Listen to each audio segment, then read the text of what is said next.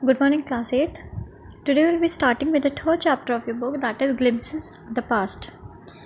Glimpses means झलक, means history में पीछे जाके वहाँ की एक्टिविटीज़, वहाँ के कुछ ऐसी मेजर एक्शंस जो घटे हैं, मेजर एक्टिविटीज़ जो घटी हैं. ये चैप्टर बात करता है 1757 से लेके 1857 तक कौन से ऐसी बड़ी घटनाएं घटी हैं, the major actions which happen during this time which actually led to the first war of independence, जिसकी वजह से जो इंडिया की पहली वॉर हुई थी इंडिपेंडेंस के पाने के लिए इन 1857 वो घटी. So the chapter is divided into 9 parts under various titles. The first is the martyr. Martyr means shaheed. So herein the function at the start of this part, as you can see in the picture, a lady is representing or giving a speech to the public and asking them to remember the martyrs. मतलब वो शहीद लोग जो जा चुके हैं दुनिया से, जिन्होंने देश के लिए अपनी जान दे दी, उनको याद करने के लिए बोल रही हैं. O my countrymen, let your eyes fill with tears as you recall the sacrifices of Indian martyrs. Recall the sacrifice means जो शहीदों ने हमारे लिए बलिदान दिए उनको याद करो. Now the second part is the company's conquest. Conquest मतलब किसी भी it means the win, Jeet. With its superior weapons, the British East India Company was extending its power in 18th century India. So you all might have heard about this word East India Company. आपने history में ये word पढ़ा होगा I hope. ठीक है, तो ये east India company जो है ये ब्रिटिशर्स की कंपनी है जिन्होंने उस टाइम पे इंडिया के ऊपर अपना कब्ज़ा कर लिया था. उन्होंने सीज़ कर लिया था इंडिया को. With its superior weapons मतलब हथियार, the British East India Company was extending its power in 18th century India. तो अपने जो हथियार हैं उनके बलबूते पे जो ब्रिटिशर्स थे, they were extending मतलब वो अपने पावर को बढ़ा रहे थे इंडिया के अंदर. Indian princes were short-sighted. Short-sighted means कि वो फ्यूचर को जज नहीं कर पाए कि आगे खतरा कितना बड़ा है. वो इतने आगे तक के बारे में सोच नहीं पाए और वो छोटी छोटी प्रॉब्लम्स में ही लगे रह गए. That upstart Rajaba called the English merchants. They will help me to defeat him. Merchants mean the businessman. ठीक है. The people had no peace due to such constant fights. So what happened? The Indian people, the Indian princes, जो अलग अलग राज्य के राजा थे, जो राजकुमार थे वहाँ के, वो क्या करते थे, वो लोग आपस में ही लड़ रहे थे. वो लोग एक दूसरे से लड़ रहे थे इंडिया में ही, और एक दूसरे को हराने के लिए वो लोग ब्रिटिशर्स की हेल्प ले रहे थे. वो ब्रिटिश बिजनेसमैन्स को, उन लोगों को अपने साथ रखना चाहते थे ताकि उनके सपोर्ट से वो दूसरे जो किंग्स हैं, जो प्रिंस हैं उनको हरा सकें. The rivalries helped the East India Company and it could easily subdue Indian princes one by one. Subdue means वश में करना. ठीक है. तो the libraries helped the east India company and it could easily subdue Indian princess one by one. क्या problem था? Indians आपस में लड़ रहे थे जिसका फ़ायदा मिला ब्रिटिशर्स को. उन्होंने एक एक करके कुछ एक प्रिंस का विश्वास जीत के और उन लोगों को अपने साइड कर लिया, मतलब सबड्यू, दैट इज़ कि उन लोगों को वश में कर लिया. A far seeing ruler like brave Tipu of Mysore for the British till the diet fighting. There were many kings who were not at all influenced by the Britishers. वो लोग ब्रिटिशर्स के झांसे में नहीं आए थे और अपनी इस ब्रिटिशर्स को इंडिया से बाहर निकालने के लिए वो अपने आखिरी दम तक लड़े. Thank God there is peace in the country now. No more wars and no looting by thugs. It is God who sent the British. Our destiny is linked with them. The white man has killed or dethroned our kings. Some kings were not good, but after all they were on this land. Now we have become slaves of foreigners.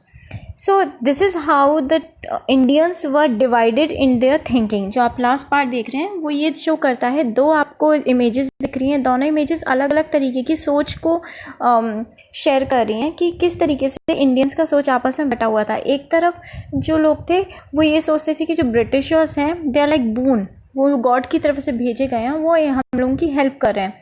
और वहीं जो दूसरे लोग थे, कुछ Indians थे, वो ये सोचते थे कि ये ब्रिटिशर्स ही हैं जिनकी वजह से हमारे कितने सारे राजा मार दिए गए।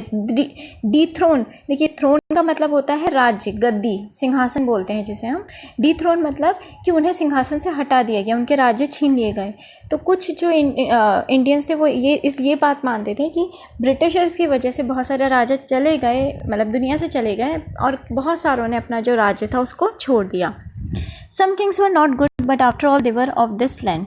बहुत सारे ऐसे राजा थे जो अच्छे नहीं थे, बट थे तो वो इंडियंस ही। Now we have become the slaves of foreigners. Slaves means नौकर बोलें या दास बोलें, कि अब हम क्या हो गए हैं, अब हम सिर्फ ब्रिटिशर्स के हाथों की कठपुतली हो गए हैं। वो जैसे हमसे ट्रीट करना चाहते हैं वो वैसे हमसे ट्रीट करते हैं। Now the third part is the British rule, that is 1765 to 1836. Religious leaders preached ideas like untouchability and child marriages. अभी उस टाइम की बात है, जो रिलीजियस लीडर जैसा आप बोलते हैं ना, गुरु, संत, महात्मा, वो क्या करते थे? Preaching is teaching the people. ये प्रीच वर्ड जो है ये टीचर्स के लिए, फैकल्टीज़ के लिए इस्तेमाल नहीं होता। कोई ऐसे जो बहुत ज्ञान देते हैं, साधु संत महात्मा जो चीज़ें बताते हैं, वैल्यूज़ जो सिखाते हैं या अपनी थॉट्स जो शेयर करते हैं, उसको प्रीचिंग बोला जाता है। तो वो क्या सिखा रहे थे लोगों को आपस में, इंडियंस को? वो अनटचेबिलिटी, चाइल्ड मैरिज, जो चीज़ें आप सुन चुके हैं उनके बारे में सिखा रहे थे। Anyone who crosses the sea loses his religion, all the misery in the world is due to women.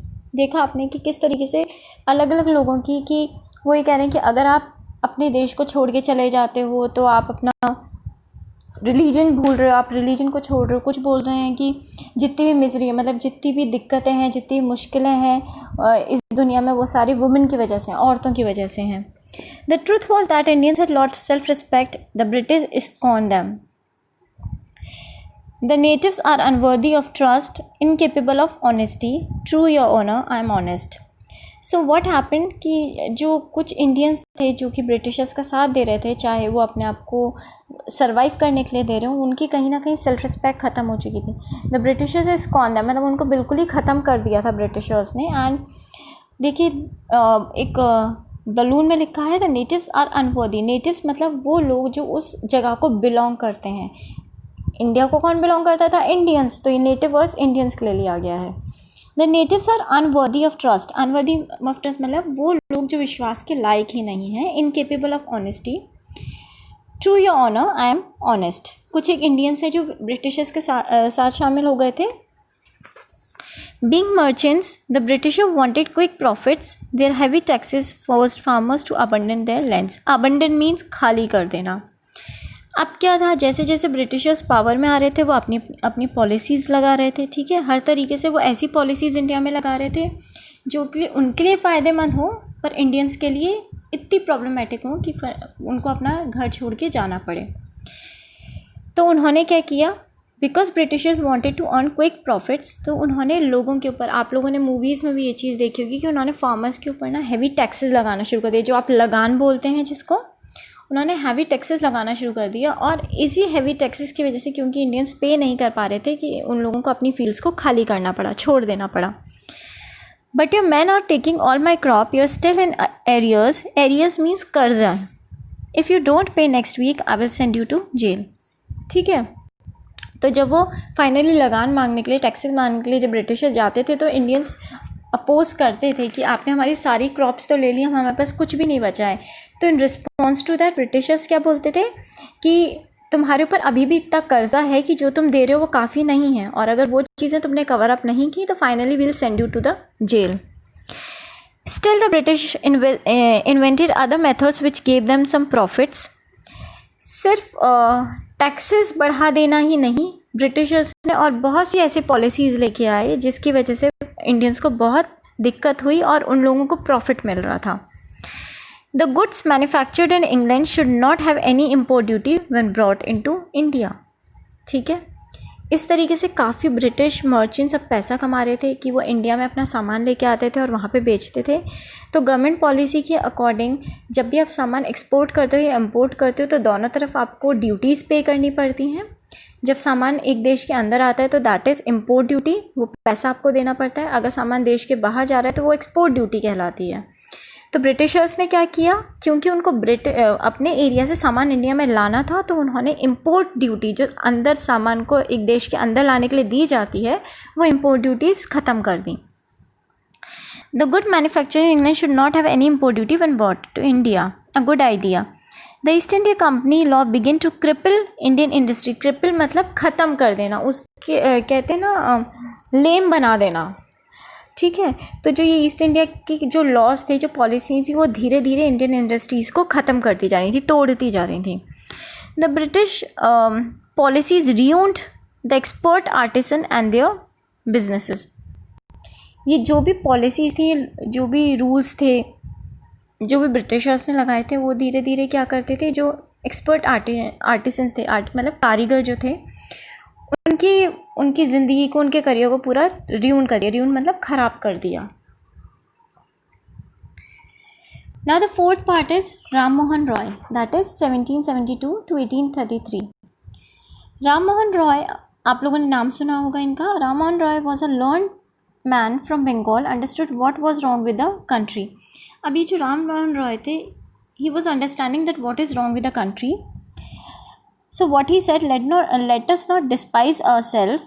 Despise means अपने आप को धोखा मत दो, धोखा देना.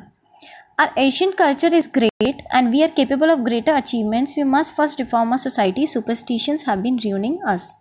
तो what he is saying that हमें अपने आप को धोखे में नहीं रखना चाहिए. हमारा जो कल्चर है वो बहुत ही रिच है. अब आपको पिछले पार्ट का ध्यान हो तो बहुत सारे ऐसे सेंट्स थे जो लोगों में अनटचेबिलिटी और गलत धारणाएं फैला रहे थे. तो उसी के लिए राजा राममोहन ने कहा कि हमें अपने वैल्यूज़ पे डाउट नहीं करना चाहिए.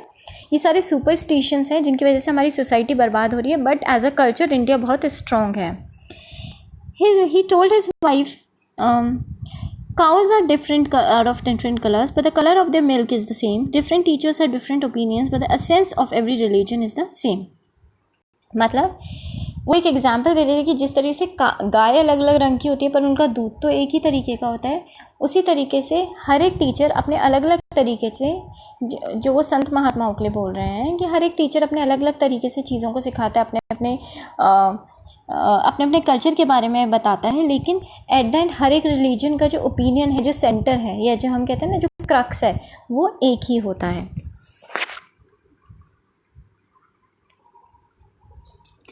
He was attracted by science and modern knowledge. Knowledge should be practical and scientific. He started newspaper with the suspicious British stopped them in 1823. तो what he did, क्योंकि लोगों के बीच में इतना अंधविश्वास हो चुका था, इतना सुपरस्टिशंस हो गया था, that he wanted to clear it out. और उन्होंने क्या किया कि सबसे सही तरीका कौन सा है, लोगों के बीच में नॉलेज फैलाओ, उनको एजुकेट करो. तो he was quite attracted toward the science and modern knowledge. Knowledge should be practical and scientific. तो उनके अकॉर्डिंग की नॉलेज जो भी दी जाए, जो एजुकेशन दी जाए, वो प्रैक्टिकल होनी चाहिए, वो बुकिश नहीं होनी चाहिए. और उसके लिए उन्होंने न्यूज़पेपर लगाना शुरू किया. उनको ये लगा कि इंडियंस को न्यूज़पेपर पढ़ना चाहिए ताकि उनका नॉलेज बढ़ेगा, उनका इन्फॉर्मेशन बढ़ेगा और वो चीज़ों को अपने आप समझेंगे. बट क्योंकि ब्रिटिशर्स को ये डाउट था कि ये कुछ गलत है, कुछ गड़बड़ है और उनके लिए खतरा हो सकता है, इसलिए ब्रिटिशर्स ने वो न्यूज़पेपर रोक दिया. He crossed the sea and went to England to see what made the British powerful, and then he told them. तो उन्होंने क्या किया, वो फाइनली उस जगह पे पहुँचे जहाँ पे ब्रिटिशर्स बिलोंग करते हैं. ब्रिटेन पहुँचे वो ये देखने के लिए कि ऐसा क्या है कि ये जो इंग्लैंड के लोग हैं, ये जो ब्रिटिशर्स हैं, ये इतने स्ट्रॉन्ग हैं. We accept you as rulers and you must accept as subjects, but you must remember the responsibility of a ruler to his subject. उन्होंने क्या बोला, What he said that हम तुम्हें अपने राजा मानते हैं, रूलर्स मतलब राजा, और तुम्हें हमें अपना सब्जेक्ट मानना चाहिए. तो इसको इस तरह से करिए कि तुम्हें हमें अपनी प्रजा मानना चाहिए, बट ये याद रखना चाहिए that the responsibility a ruler ओज टू हिज सब्जेक्ट, कि वो आपको वो ध्यान रखना चाहिए कि जो एक राजा है उसकी अपनी प्रजा के लिए क्या जिम्मेदारियाँ हैं, उसकी क्या रिस्पॉन्सिबिलिटीज़ हैं. So alright, class 8, we will do the further chapter in the next video. Please revise.